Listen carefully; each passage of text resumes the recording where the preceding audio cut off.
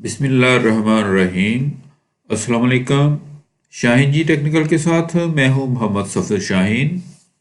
नाज़रीन, आज की वीडियो में हम सीखेंगे कि हम एक अपने सेक्शन के अंदर या अपने वेब के होम पेज के ऊपर एक स्लाइडर जो है वो कैसे ऐड कर सकते हैं।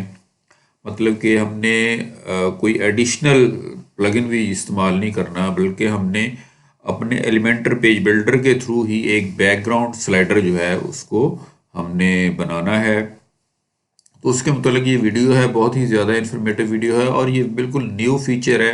2.7 वर्जन से ये स्टार्ट हुआ है, उससे पहले वाले वर्जन में ये फीचर अवेलेबल नहीं था। हमारा ये पेज खुला है, जिसके अंदर आप ये देख सकते हैं कि हमारा एडिट सेक्शन है और ये हमारा पैनल है एलिमेंटर का। यहाँ पर हमारे पास ये सेक्शन पड़ा है जिसकी ये सेटिंग्स हैं और हम इसके ये लेआउट है और इसके ये स्टाइल्स हैं, हम स्टाइल्स के अंदर हैं। यहाँ पर नाज़रीन, अगर आप बैकग्राउंड टाइप्स के ऊपर गौर करें तो ये 4 किस्म की हैं। नंबर 1 तो है क्लासिक, जिसमें सिंपल कलर कोई भी आप एक कलर आप ले सकते हैं। सपोज कि आपने ब्लू लेना है। अब देखिए ऊपर वाले हिस्से में ये ब्लू आया है, उधर से नीचे वाले हिस्से में आया होगा। उसकी वजह ये है कि दरमियान में हमारा एक इमेज पड़ा है। ठीक है, आप ये ग्रीन भी ले सकते हैं, आप कोई भी ले सकते हैं। ये एक क्लासिक टाइप है। ऑलरेडी हमने पहले इसमें ब्लैक लिया हुआ था। उसके बाद नाजरीन हमारे पास आ जाता है ग्रेडियंट का एक बैकग्राउंड टाइप जो है, यानी कि इसमें आपने ने 2 कलर लेने होते हैं, एक स्टार्टिंग और एंडिंग, और फिर उनके दरमियान कलर की ब्लेंडिंग होती है, जो आपने अक्सर देखा होगा। मैं यहाँ इसकी डिटेल में नहीं जाना चाहता क्योंकि ये इस वीडियो का ऑब्जेक्ट नहीं है। तीसरा ये है कि ये वीडियो बैकग्राउंड, यानी कि अगर हमने अपने इमेज की जगह पर या हमारी बैकग्राउंड ग्रेडियंट या सिंगल कलर की बजाय अगर हमने यूट्यूब से या डेलीमोशन से या वेम्यू वगैरह से अपनी कोई यहाँ पर वीडियो प्ले करवानी हो तो हम वो भी इसके अंदर प्ले करवा सकते हैं। उसके बाद आखिर में हमारे पास स्लाइड शो है। ये वर्जन 2.7 जो आया है एलिमेंटर का, वहाँ से ये इसके अंदर ऐड किया गया है। उससे केबल वाले वर्जन में ये अवेलेबल नहीं था फीचर। अब आप अगर गौर करें तो हमारे पास यहाँ पर हमारे सेक्शन के अंदर एक तो ब्लैक बैकग्राउंड क्लासिक टाइप लगी हुई है ये वाली। दूसरा, हमने इसके बैकग्राउंड में एक इमेज भी डाला हुआ है जिसे हम कहते हैं इमेज, यानी कि ये हमारा जो इमेज है ये पड़ा हुआ है। अगर हम इसको फर्ज करो कि यहाँ से रिमूव कर देते हैं तो हमारे पास खाली ब्लैक बैकग्राउंड रह जाती है। अभी हम इसको रिमूव नहीं करेंगे, बल्कि हम इसको दोबारा या तो यहाँ से ऐड करेंगे या फिर हम जाएंगे यहाँ पर ये हिस्ट्री में, और यहाँ पर आकर मैं इसको यहाँ से मैं इसको इसे मुझे रिवर्स करवाना होगा। ये मैं रिवर्स करवाऊंगा तो मेरे पास ये जो है इमेज जो है वो वापस आ गया। ठीक है जी। ये हमारा सेक्शन में मैंने आपको 3 तरह की जो बैकग्राउंड्स 4 तरह की बताई हैं। हमने 4th टाइप जो है स्लाइड शो वाली, उसको आज इस्तेमाल करना सीखना है। को करेंगे यहाँ से क्लिक करने के बाद नाज़रीन हमारे पास ये यहाँ पर विंडो नई एक ओपन हो गई है जिसमें लिखा हुआ है कि नो इमेज सिलेक्टेड। अब इधर हमारे पास देखें, फिलहाल उसने बैकग्राउंड बिल्कुल क्लियर कर दिया है, यानी कि वो जो इमेज पहले लगा हुआ था डेफिनेटली वो इस क्लासिक टाइप में लगा हुआ है, उसके अंदर तो वो आएगा, लेकिन इन ग्रेडियंट्स में भी देखें वो नहीं आएगा, और वीडियो में भी नहीं आएगा, और स्लाइड शो में भी नहीं आएगा। वो सिर्फ क्लासिक टाइप में लगा हुआ है, उसी के अंदर उसने आना है। हमने अब स्लाइड शो वाला सेक्शन जो है उसको सिलेक्ट किया है। यहाँ पर हम अपनी इमेज लोड करेंगे जो हम दोबारा से जो हम बैकग्राउंड इमेज के तौर पे यूज़ करना चाहते हैं। सपोज़ कि आपको यहाँ पर अगर आपने लोड किए हुए हैं तो ठीक है, अदरवाइज़ आप अपनी अपलोड फाइल्स में जाएं और अपने जो मतलूबा इमेजेस जो हैं आपने रखे हुए जहाँ पर भी, वहाँ पर आप जाकर अपनी इमेज जो है वो उठा सकते हैं। ये रहे नाज़रीन 3 इमेज जो कि बिल्कुल डार्क टाइप के मैंने लिए हैं। ये मैंने डार्क टॉप के इसलिए लिए हैं ताकि हमारा ये बैकग्राउंड में जो इमेज है वो पहले भी डार्क लगा हुआ था और ऊपर हमने वाइट लिखा हुआ है, इसलिए इसका जो कंट्रास्ट अच्छी तरह बनाने के लिए ये मैंने इमेज लिए हैं। ये किसी मतलब के प्रॉपर वे में नहीं है, ये वैसे ही मैंने रैंडमली पिक कर लिए थे इंटरनेट से। यहाँ पे हम करेंगे क्रिएट अ न्यू गैलरी। यहाँ से हमारे पास ये है। यहाँ पर अगर आप चाहें तो इनको तरतीब इनकी चेंज कर सकते हैं। मिसाल के तौर पर इसको मैंने पहले नंबर पे लेके जाना है, इसको मैंने एंड पे लेके जाना है, तो ये आप यहाँ पे इसकी सेटिंग कर सकते हैं। और ये ऑर्डर आप किसी भी वक्त सेट कर सकते हैं। पहले आपने इसको ऑपरेट कर दिया है, बाद में भी आप इसके ऑर्डर को चेंज कर सकते हैं। यहाँ पर एक ऑप्शन भी मौजूद है रिवर्स ऑर्डर का। मसलन ये देखें, यहाँ पर ये इस तरतीब में है। अगर रिवर्स ऑर्डर को मैं क्लिक करूँगा तो ये तरतीब जो है वो उलट जाएगी। ठीक है जी, दोबारा रिवर्स करूँगा तो पहले वाली तरतीब जो है वो आ जाएगी। अब यहाँ से हम करेंगे इसको इंसर्ट गैलरी।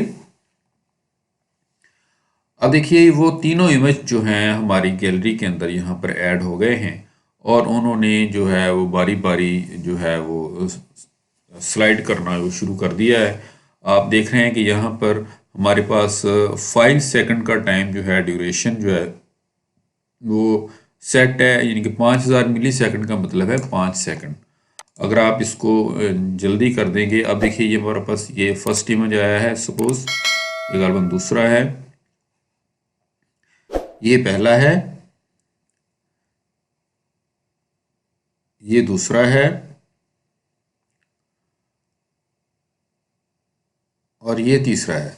इन तीनों का जो ड्यूरेशन है वो 5 सेकंड है। अगर आप चाहें तो यहाँ से सपोज मैं इसको 2 सेकंड कर देता हूँ, तो ये देखिए इनका जो जल्दी जल्दी इनकी जो स्लाइडिंग है वो होना शुरू हो जाएगी। आप देख रहे हैं कि अब ये बड़ा क्विकली चल रहे हैं, लेकिन ये डिफ़ॉल्ट सेटिंग में 5 सेकंड है। मैं 5 पर इसको रख लेता हूँ।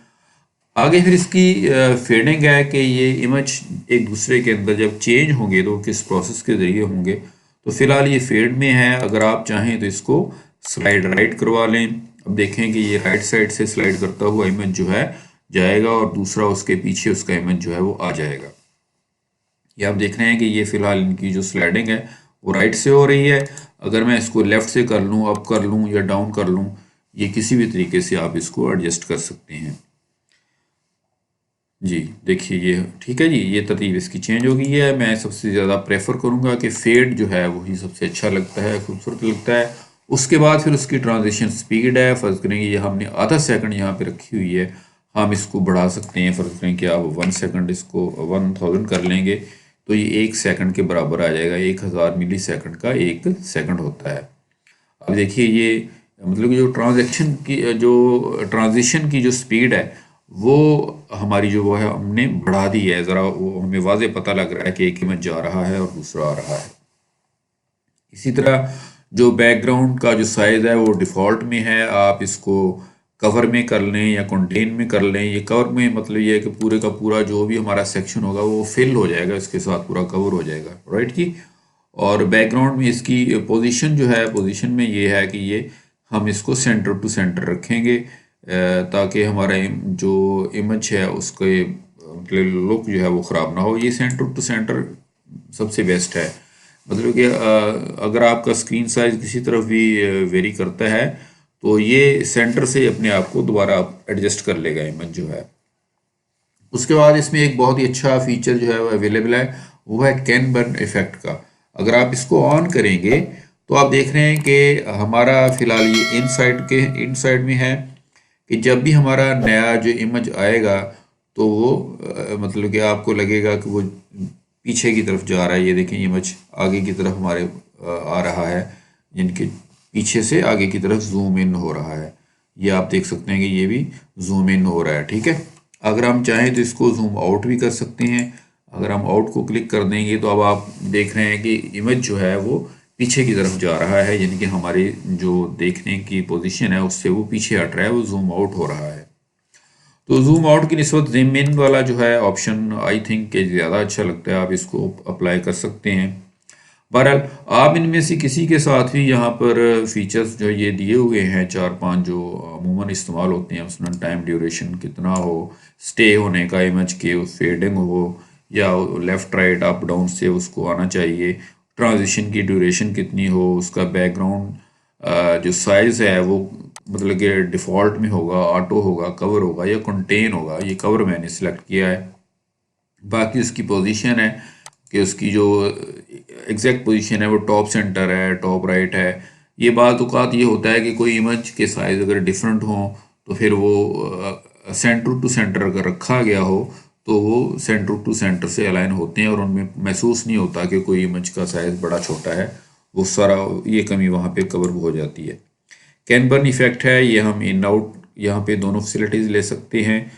मुझे उम्मीद है कि आपको ये वीडियो ज़रूर अच्छी लगी होगी। जिन दोस्तों को वीडियो अच्छी लगे वो लाइक ज़रूर दीजिए प्लीज़, और जो दोस्तों ने अभी तक चैनल को सब्सक्राइब नहीं किया उनसे रिक्वेस्ट है कि प्लीज़ के वो चैनल को सब्सक्राइब ज़रूर करें, ताकि आइंदा आने वाली वीडियोस के नोटिफिकेशन उनको लाजमी मिलें। इसी उम्मीद के साथ मैं आपसे इजाज़त चाहूँगा। अल्लाह हाफिज़।